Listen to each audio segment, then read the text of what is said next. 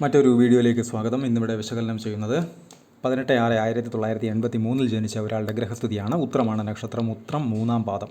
മിഥുന ലഗ്നം. ലഗ്നത്തിൽ സൂര്യൻ, രാഹു, ഗുളികൻ.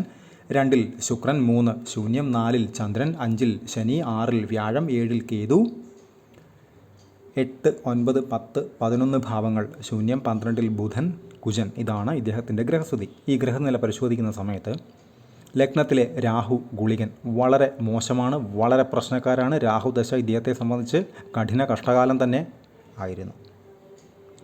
പക്ഷേ അതിൻ്റെ ആദ്യ ഒരു പകുതിക്ക് ശേഷം കാര്യങ്ങൾ തീർത്തും വ്യത്യസ്തമായി വളരെ പോസിറ്റീവായിട്ട് മാറുകയും ഉണ്ടായി. ലഗ്നത്തിലെ സൂര്യൻ ഉണ്ടെങ്കിൽ തന്നെ ഒരു രാജപദവി, നേതൃഗുണം, ഒരു മുതലാളി എന്നൊക്കെ പറയില്ലേ, അതിന് സമാനമായിട്ടുള്ള അനുഭവങ്ങൾ ജീവിതത്തിൽ എവിടെയെങ്കിലുമൊക്കെ ആയിട്ട് കിട്ടും.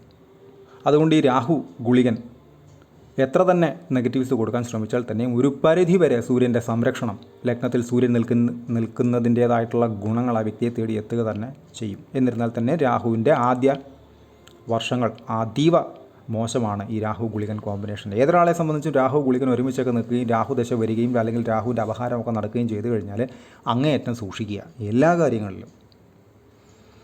അതേപോലെ തന്നെയാണ് ഇദ്ദേഹത്തിൻ്റെ ലഗ്നാൽ 5-ൽ ഉച്ചനായിട്ട് ശനി നിൽക്കുന്നു.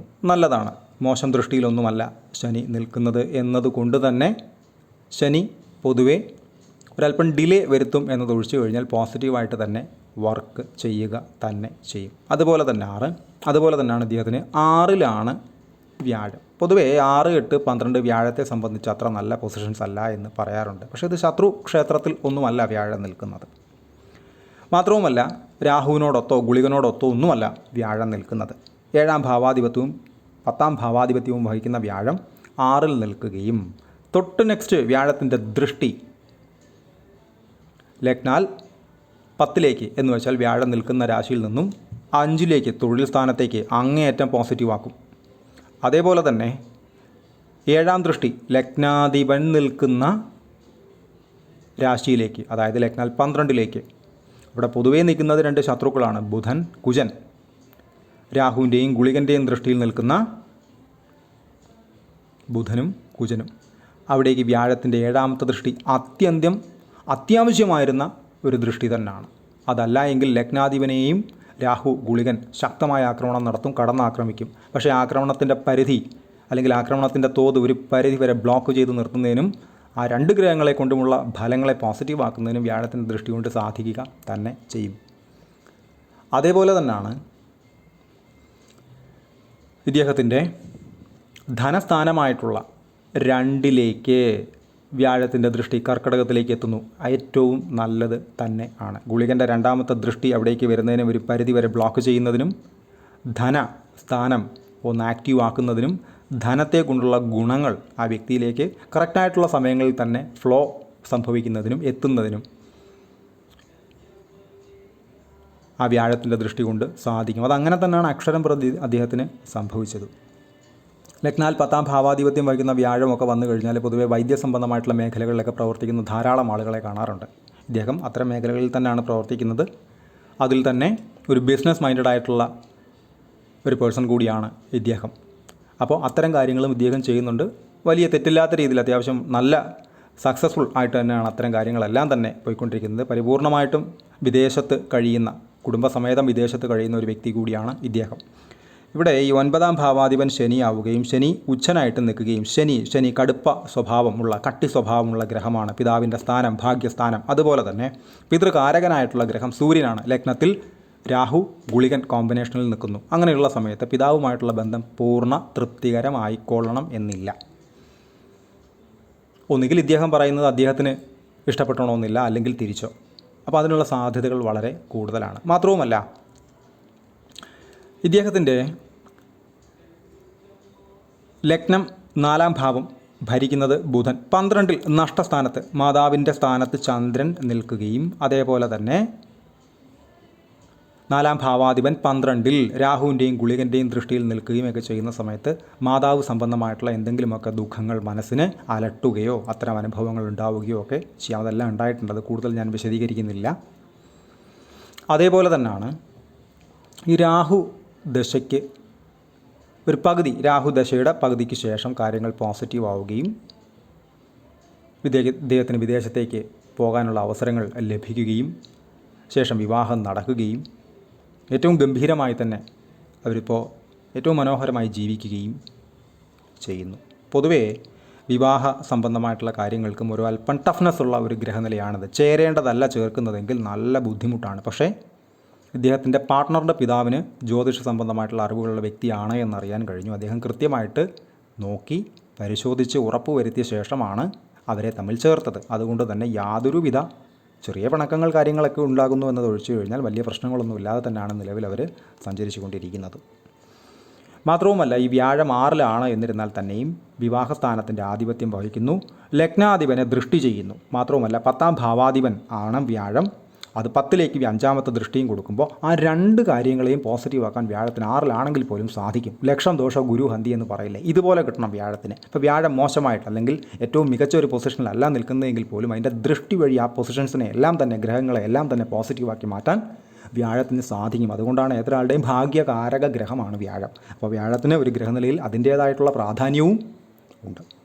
ഇവിടെ വിവാഹ സംബന്ധമായിട്ടുള്ള കാര്യങ്ങൾക്ക് ലഗ്നത്തിൽ നിൽക്കുന്ന സൂര്യൻ, ഗുളികനോടൊപ്പം നിൽക്കുന്ന രാഹു, സൂര്യൻ ഇതെല്ലാം തന്നെ 7ലേക്ക് ദൃഷ്ടി ചെയ്യുന്നു. 7-ൽ കേതു നിൽക്കുന്നു. അവിടേക്ക് ശനിയുടെ 3ാമത്തെ ദൃഷ്ടി വരുന്നു. സൂക്ഷിച്ചല്ല വിവാഹം കഴിക്കുന്നതെങ്കിൽ വളരെ ബുദ്ധിമുട്ടേറിയ ഒരു ജാതകമാണ്. പക്ഷേ ചേരേണ്ടതാണ് ചേർക്കുന്നതെങ്കിൽ വലിയ തെറ്റുകുറ്റങ്ങളില്ലാതെ ഒരു പ്രശ്നം വന്നാൽ കൂടെ അത് പരിഹരിച്ച് മുന്നോട്ട് പോകാനുള്ള ത്രാണി, ശേഷി ആർജിക്കാൻ ആ വ്യക്തിക്ക് സാധിക്കും എന്നതിൻ്റെ ഒരു ഉദാഹരണം കൂടിയാണ് ഈ ഗ്രഹനില. അതുപോലെ തന്നെയാണ് ആഡംബര പ്രിയം, പ്രത്യേകിച്ച് ധനസ്ഥാനത്തൊക്കെ ശുക്രൻ നിൽക്കുകയും 12ാം ഭാവാധിപത്യം വഹിക്കുകയും ഒക്കെ ചെയ്തു കഴിഞ്ഞാൽ 5ാം ഭാവാധിപനുമാണ് ശുക്രൻ. അപ്പോൾ പൊതുവേ അങ്ങനെയുള്ള സമയത്ത് അല്പം ആഡംബര പ്രിയമായിട്ടുള്ള ഒരു ചിന്താഗതി ഉണ്ടാവും. ശുക്രൻ എന്ന് പറഞ്ഞാൽ തന്നെ ആഡംബര ചിന്തകൾക്ക് പ്രാധാന്യം കൊടുക്കുന്ന ഒരു ഗ്രഹമാണ്. 12ൽ ബുധൻ, കുജൻ ഒക്കെ നിൽക്കുകയും രാഹു, ഗുളികൻ ദൃഷ്ടിയൊക്കെ വരികയും ചെയ്തു കഴിഞ്ഞാൽ അതുമായി ബന്ധപ്പെട്ടും ഒക്കെ ധാരാളം ചെലവുകൾ, അത് വളരെ ശ്രദ്ധിക്കേണ്ടുന്ന ഒരു കാര്യം കൂടിയാണ്. ഇദ്ദേഹത്തിന് ധാരാളം സമ്പാദിക്കാൻ സാധിക്കുന്നുണ്ട്, പക്ഷേ അതിനോളം തന്നെ ചെലവുകളും വരുന്നുണ്ട്. കാര്യം 12ൽ ആൾറെഡി നിൽക്കുന്നത് ബുധൻ, കുജൻ 2 ശത്രുക്കളാണ്. അവിടേക്ക് രാഹുവും ഗുളികനും വന്നതോടുകൂടി അവിടേക്ക് വിഷം സപ്ലൈ ചെയ്യുകയും ചെയ്യും. അപ്പോൾ ചിലവുകൾ ധാരാളമായിട്ട് കൂടും. അദ്ദേഹത്തിൻ്റെ ഒരു ലൈഫ് സ്റ്റൈലും അങ്ങനെ തന്നെയാണ്. ജീവിതത്തിൽ ഉടനീളവും അദ്ദേഹത്തിൻ്റെ ചിന്താരീതികളും ചിലവുകൾ ഏതെങ്കിലുമൊക്കെ രീതിയിൽ യാത്രകൾ വഴിയാകാം, ആഡംബര വാഹനങ്ങൾ വഴിയാകാം, അല്ലെങ്കിൽ അല്ലാതുള്ള ചിലവുകൾ വഴിയാകാം. ചിലവുകൾ എപ്പോഴും ഏറി നിൽക്കുന്ന ഒരു പാറ്റേൺ കൂടിയാണ് ഈ ഗ്രഹനില. അപ്പോൾ അതിന് വേണ്ടുന്ന കൃത്യമായിട്ടുള്ള പ്രായോഗികമായിട്ടുള്ള പരിഹാരങ്ങൾ അപ്ലൈ ചെയ്ത് തന്നെ വേണം നിർബന്ധമായിട്ടും ഇത്തരക്കാർ പോകാനായിട്ട്. അതല്ലാത്ത പക്ഷം 100 രൂപ വന്നു കഴിഞ്ഞാൽ 110 ചിലവായി എങ്കിൽ അത് ബുദ്ധിമുട്ടാണ്. വീണ്ടും വരും, അത് സത്യം തന്നെയാണ്. ധനസ്ഥാനത്തേക്കൊക്കെ വ്യാഴത്തിൻ്റെ ദൃഷ്ടിയുള്ള സമയത്ത് ധനം വരിക തന്നെ ചെയ്യും എങ്ങനെയാണെങ്കിലും. പക്ഷേ അതിനെ സൂക്ഷിച്ചും കണ്ടും ഉപയോഗിക്കുകയും കൂടെ ചെയ്തു കഴിഞ്ഞാൽ ഏറ്റവും നല്ലത്. പിന്നീടും ആ ധനം കൊണ്ട് ഗുണം ഉണ്ടാവുക തന്നെ ചെയ്യും. അതേപോലെ തന്നെയാണ് ഇദ്ദേഹത്തിന് നിലവിൽ നടക്കുന്നത് വ്യാഴദശയാണ് 2036 വരെ. അതിനുശേഷം ശനി വരും. ശനിയിൽ രാഹുവിൻ്റെ അപഹാരമൊക്കെ പ്രത്യേകം ശ്രദ്ധിച്ച് തന്നെ വേണം പോകാനായിട്ട്. ശനി ഉച്ചനാണ്, മോശം ദൃഷ്ടികളൊന്നും തന്നെ ഇല്ല. രാഹുവിൻ്റെ സാന്നിധ്യമോ ഗുളികൻ്റെ സാന്നിധ്യമോ കുജൻ്റെ സാന്നിധ്യമോ ഒന്നും തന്നെ ശനിയിലേക്കില്ല. എന്നിരുന്നാൽ തന്നെ ശനി ആയതുകൊണ്ടും കട്ടി സ്വഭാവമേറിയ ഗ്രഹമായതുകൊണ്ടും കടുപ്പ സ്വഭാവമുള്ള ആളായതുകൊണ്ടും തന്നെ ശനി സ്വാപഹാരം ശ്രദ്ധ കൊടുക്കുക. ശനിയിൽ കുജൻ ശ്രദ്ധ കൊടുക്കുക. കാരണം രാഹുവിൻ്റെയും ഗുളികൻ്റെയും ദൃഷ്ടിയിലാണ് കുജൻ ഉള്ളത്. അതുപോലെ തന്നെ രാഹുവിൻ്റെ അപഹാരങ്ങളൊക്കെ ശനി ദശയിൽ വരുന്ന സമയത്ത് ഇത്തരം ആളുകൾ പ്രത്യേകം ഒരു കരുതൽ, ശ്രദ്ധ, എടുത്തുചാട്ടങ്ങൾ കണിശമായിട്ടും ഒഴിവാക്കുക. ഈ ലഗ്നത്തിലൊക്കെ സൂര്യൻ നിന്ന് കഴിഞ്ഞാൽ അല്പം ഈഗോയിസ്റ്റിക് ആയിരിക്കും. എന്ന് വെച്ചാൽ അർഹിക്കേണ്ടവരെ കൃത്യമായിട്ടുള്ള പരിഗണനയിൽ ഇവർ പരിഗണിക്കും. പക്ഷേ അപ്പോൾ ഒരു കണ്ടീഷൻ ഇവർ വയ്ക്കാറുണ്ട്. അതേ റെസ്പെക്റ്റ് ഇവർക്ക് തിരിച്ചും കിട്ടണമെന്ന്. അത് കിട്ടിയില്ല എങ്കിൽ ഇവർ വയലൻ്റ് ആകും. അതല്ല എങ്കിൽ ഈഗോയിസ്റ്റിക്കായി ചിന്തിക്കും. അതല്ല എങ്കിൽ എന്തെങ്കിലുമൊക്കെ ഇറിറ്റേറ്റഡ് ആയിട്ട് പെരുമാറുകയോ ചിന്തിക്കുകയോ ഒക്കെ ചെയ്യാം. അപ്പോൾ ഇവർ കൃത്യമായിട്ട് കാര്യങ്ങൾ ചെയ്യും. അതിനപ്പുറത്തേക്ക് കടന്നു കയറി ഇവരെ ഭരിക്കാൻ ചെന്നു കഴിഞ്ഞാൽ അതത്ര സുഖകരമായിക്കൊള്ളണമെന്നില്ല, അതാര് തന്നെയാണെങ്കിലും. അതും ശ്രദ്ധിക്കേണ്ടുന്ന ഒരു കാര്യം തന്നെയാണ്. അതേപോലെ തന്നെയാണ് ഇദ്ദേഹത്തിൻ്റെ ദശകൾ എടുത്തു കഴിഞ്ഞാൽ സൂര്യദശയിലായിരുന്നു ജനനം. ഉത്രമാണ് നക്ഷത്രം. 85 വരെ സൂര്യൻ, അതിനുശേഷം 10 കൊല്ലം ചന്ദ്രൻ, അതിനുശേഷം 7 കൊല്ലം കുജൻ, അതിനുശേഷമാണ് നേരത്തെ പറഞ്ഞ രാഹുദശ 2020 വരെ. അതിൽ തന്നെ ആദ്യ പകുതി നല്ല സ്ട്രഗ്ലിംഗ് ആയിരുന്നു. രാഹുദശ പൊതുവേ ഗുളികനോടൊത്തൊക്കെ നിൽക്കുന്ന രാഹു പ്രത്യേകം ശ്രദ്ധിക്കുക, വളരെ ശ്രദ്ധിക്കുക. അതിനുശേഷം വ്യാഴം 2036 വരെ, ശേഷം ശനി 2055 വരെ, ശേഷം ബുധൻ 2072 വരെ, ശേഷം കേതു, ശുക്രൻ എന്നീ ക്രമത്തിലാണ് ഇദ്ദേഹത്തിൻ്റെ ദശകൾ കടന്നു പോകുന്നത്. അതിൽ തന്നെ നിലവിൽ നടക്കുന്നത് ഗുരുവിൽ ബുധനാണ്. ഗുരു 6-ൽ നിൽക്കുന്നു. 7-ൻ്റെയും 10-ൻ്റെയും ഭാവാധിപത്യം വഹിച്ച് 6-ൽ നിൽക്കുന്ന വ്യാഴം, ലഗ്നാധിപനെ ദൃഷ്ടി ചെയ്യുന്ന വ്യാഴം, ലഗ്നാധിപനായിട്ടുള്ള ബുധൻ്റെ അപഹാരം നടക്കുകയും ചെയ്യുന്നു. കാര്യങ്ങൾ അനുകൂലമായി തന്നെ പോകുന്നു. എന്നിരുന്നാൽ തന്നെ രാഹുവിൻ്റെയും ഗുളികൻ്റെയും ദൃഷ്ടി ഉള്ളതുകൊണ്ട് തന്നെ എടുത്തുചാട്ടങ്ങളെ പ്രത്യേകം ശ്രദ്ധിക്കുക. രാഹുവിൻ്റെയൊക്കെ ദൃഷ്ടി വന്നു കഴിഞ്ഞാൽ അതിൻ്റെ അപഹാരമൊക്കെ നടക്കുന്ന സമയത്ത് നമ്മൾ എടുത്തു വെച്ച് ചാടിക്കും. അത് നല്ലതാണോ ചീത്തയാണോ എന്ന് ആലോചിച്ച ശേഷം നമ്മൾ അത്തരം നീക്കങ്ങൾ മൂവ്മെൻറ്റ്സ് നടത്തിയാൽ ഏറെ നന്ന്.